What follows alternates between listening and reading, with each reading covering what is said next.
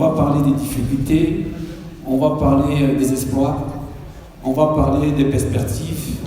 Tout n'est pas de vendre le CD, mais déjà la notoriété peut être vendue sur plusieurs formes.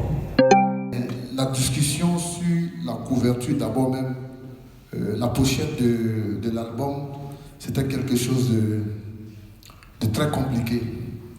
Parce que eux, ils estimaient que la chaussure qui parle, la couverture devait être une photo, une chaussure qui devait faire la couverture.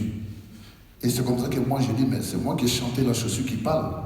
C'est pas la chaussure qui chante Abou Nidal. Donc, il faut d'abord mettre l'accent sur mon visage. Et après, si on me connaît, je peux cacher maintenant mon visage pour mettre la chaussure en avant. Parce que c'est moi qui fais parler la chaussure.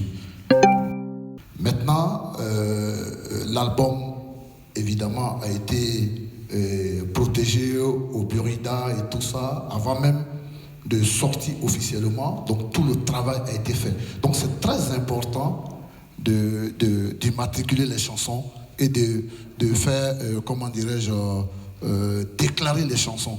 Parce qu'une chanson peut sortir ici, on ne sait jamais. Moi, avec tout ce qu'on a pu traverser jusqu'à ce niveau, Yabongo aujourd'hui est devenu patron de société. Je suis dans la fondation Bissafa pour aider nos frères qui sont à l'intérieur du pays à pouvoir vraiment subvenir à leurs besoins. À côté de cela, on a monté une structure événementielle qu'on appelle Bissafa Event qui organise le festival Antilope de Daloa. Ça fait maintenant 4e édition. On essaie aussi de produire les artistes. On essaie de produire l'artiste Yabongo parce qu'il faut savoir faire la différence. Voilà. Il y a l'artiste et il y a le patron Franck Michael Bialy. La protection et la déclaration. C'est pour ça qu'il a dit j'ai protégé mon œuvre et j'ai déclaré mon œuvre.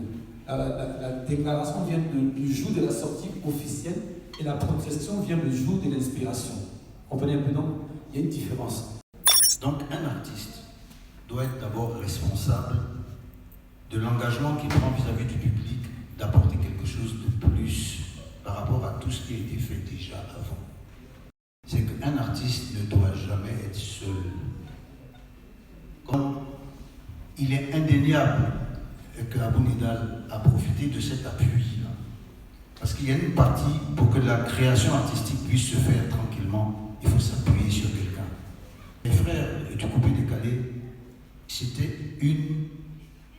Comment on peut dire ça? C'était un gang, ils étaient complices, ils étaient ensemble. Il n'y a pas un qui est parti seul pour réussir, ils sont partis en groupe. Et après, la réussite a été collective avant qu'ils osent s'individualiser. Et même si vous travaillez avec eux, ne partez pas seul. Même si vous avez foi en vous, essayez de trouver au moins 3 ou 4 personnes, des business angels, et il y en a beaucoup maintenant. Ouvrez-vous pour vous faire découvrir. Mais n'essayez pas de partir seul en disant je ne veux pas partager ma réussite. Yapongolo a bien dit, il a rendu hommage à plusieurs personnes. Tout le monde, même mon frère Abou Nidal a rendu hommage à plusieurs personnes.